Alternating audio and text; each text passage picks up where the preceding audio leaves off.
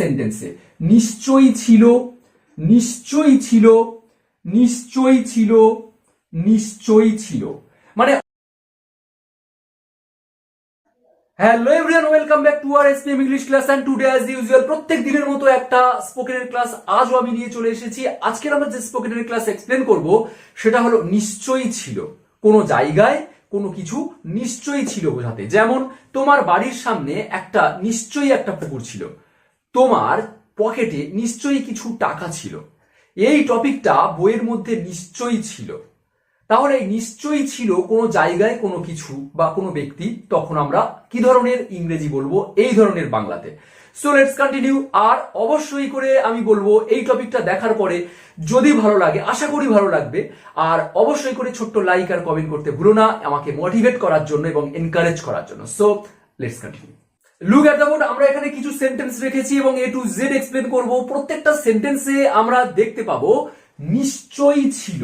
দেখো প্রত্যেকটা সেন্টেন্সে নিশ্চয়ই ছিল, নিশ্চয়ই ছিল, নিশ্চয়ই ছিল, নিশ্চয়ই ছিল। মানে অবশ্যই ছিল। ওকে, অতীতের কথা বলা হচ্ছে, অবশ্যই ছিল। তাহলে নিশ্চয়ই ছিল বলতে আমরা অবশ্যই করে লিখব মাস্ট হ্যাভ বিন। নিশ্চয়ই ছিল বলতে আমি এখানে লিখে রাখলাম নিশ্চয়ই ছিল। তোমরা খাতাতে নোট করে রাখো, নিশ্চয়ই কিছু ছিল বলতে আমরা লিখব মাস্ট হ্যাভ বিন। ওকে, তাহলে নিশ্চয়ই ছিল বলতে আমরা কি ইউজ করব? মাস্ট হ্যাভ বিন। আমি একটা সেন্টেন্সের একটা ফরম্যাট দেখিয়ে বলতে পারতাম, কিন্তু কিছু সেন্টেন্স আমরা যদি দেখি তাহলে টপিকগুলো আমরা অনেকদিন মনে রাখতে পারি।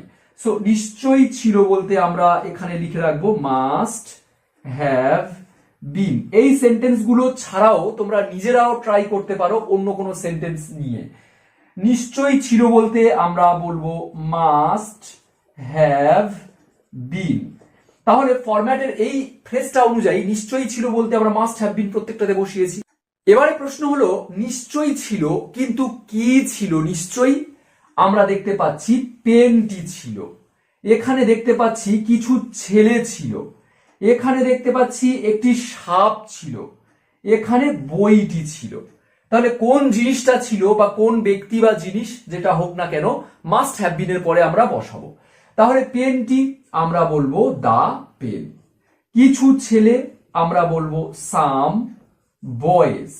একটি সাপ এ স্নেক, SNAK। বইটি আমরা বলবো দা বুক। তাহলে মনে রাখবে ভালো করে যে নিশ্চয়ই ছিল এটা বলতেই আমরা মাস্ট হ্যাভ বিন। ওকে, নিশ্চয়ই ছিল, মাস্ট হ্যাভ বিন। কি ছিল? পেনটি ছিল, must have been the pen.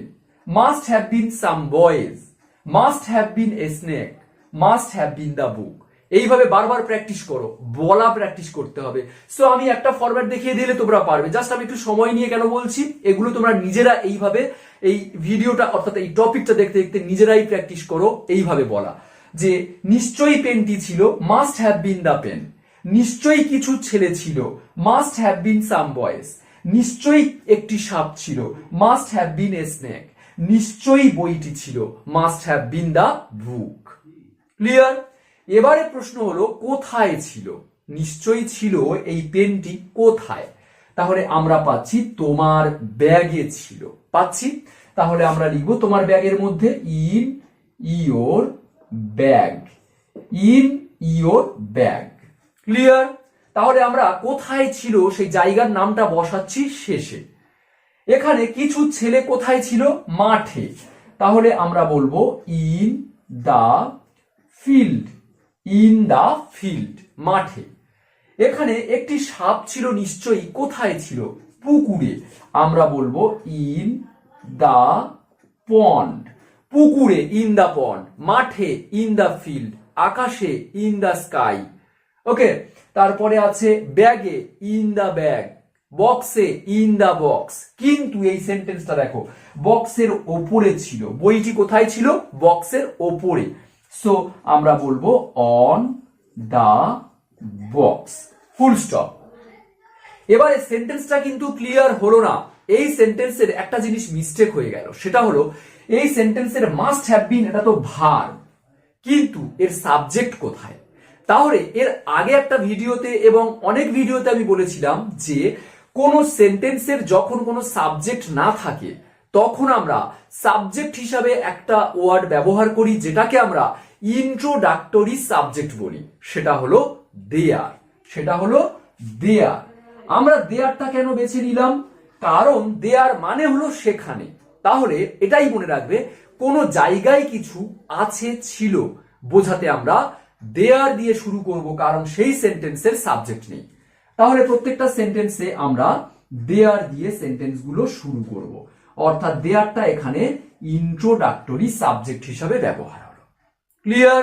তাহলে এই সেন্টেন্সগুলো আমরা এইভাবে বলবো, তোমার ব্যাগে নিশ্চয়ই পেনটি ছিল। তোমরা শোনো, একটু নিজেরাও প্র্যাকটিস করো। তাহলে বলবো, there must have been the pen in your bag. মাঠে নিশ্চয়ই কিছু ছেলে ছিল। There must have been some boys in the field. পুকুরে নিশ্চয়ই একটি সাপ ছিল। There must have been a snake in the pond. বক্সের ওপর নিশ্চয়ই বইটি ছিল। There must have been the book on the box. নিশ্চয়ই কিছু ছিল, অবশ্যই কিছু ছিল বলতে আমরা সেন্টেন্সের স্ট্রাকচার এইরকম রাখবো। এবার যদি তোমরা কেউ চাও সেন্টেন্সের স্ট্রাকচার, তাহলে দেখে নাও সেন্টেন্সের স্ট্রাকচার আমরা কেমন লিখেছি। দেয়ারের পরে মাস্ট হ্যাভ বিন, এইটা আমরা ইউজ করব, মাস্ট হ্যাভ বিন। কারণ নিশ্চয়ই ছিল বলতে আমি আগেই বলেছি মাস্ট হ্যাভ বিন ফ্রেজ এটা ইউজ করব, এবং তারপরে আমরা কোন জিনিসটা ছিল সেই থিংস এর নামটা দেব। ওকে, থিংস এর নাম, সেটা ব্যক্তি হতে পারে, কোনো জিনিস হতে পারে, যাই হতে পারে, সেই থিংস এর নাম কি ছিল প্রশ্ন করবে, পেয়ে যাবে সেটা। যেমন পেন ছিল, দেখো মাস্ট হ্যাভ বিন এর পরে পেন। এখানে কিছু ছেলে ছিল, মাস্ট হ্যাভ বিন এর পরে সাম বয়েজ। এখানে একটি সাপ ছিল, মাস্ট হ্যাভ বিন এর পরে এ স্নেক। এখানে বইটি ছিল, মাস্ট হ্যাভ বিন এর পরে দ্য বুক। তারপরে শেষে লিখবো আমরা প্লেস, অর্থাৎ কোন জায়গায় জিনিসটা ছিল, কোন জায়গায় ব্যক্তি ছিল বা ব্যক্তিগুলি ছিল। ওকে, সেন্টেন্স স্ট্রাকচারটা তাহলে এরকম, দেয়ার মাস্ট হ্যাভ বিন, কি ছিল জিনিসের নাম বা ব্যক্তির নাম, তারপরে কোথায় ছিল। So clear? প্রত্যেকটা টপিকের মতো এই টপিকেও আমি 3টে সেন্টেন্স রাখলাম। কমেন্ট করে জানাতে পারো, তোমার পকেটে নিশ্চয়ই কিছু টাকা ছিল। তার বাড়ির পেছনে নিশ্চয়ই একটি পুকুর ছিল। আমাদের বাগানে নিশ্চয়ই একটি বটগাছ ছিল। তাহলে এই সেন্টেন্সটা কমেন্ট করে জানাও, এবং নিজেরা যদি ট্রাই করো কোনো বাংলা সেন্টেন্স বা এই ধরনের কোনো সেন্টেন্স এই স্ট্রাকচারে রেখে তোমরা কমেন্ট করে জানাতে পারো। তাহলে আজকের টপিকটা কেমন লাগলো অবশ্যই একটা ছোট্ট লাইক আর কমেন্ট করে জানাতে ভুলো না। টিল দেন লাইভ নেক্সট ক্লাসে আবার দেখা হবে নতুন টপিক নিয়ে। ওকে, টাটা।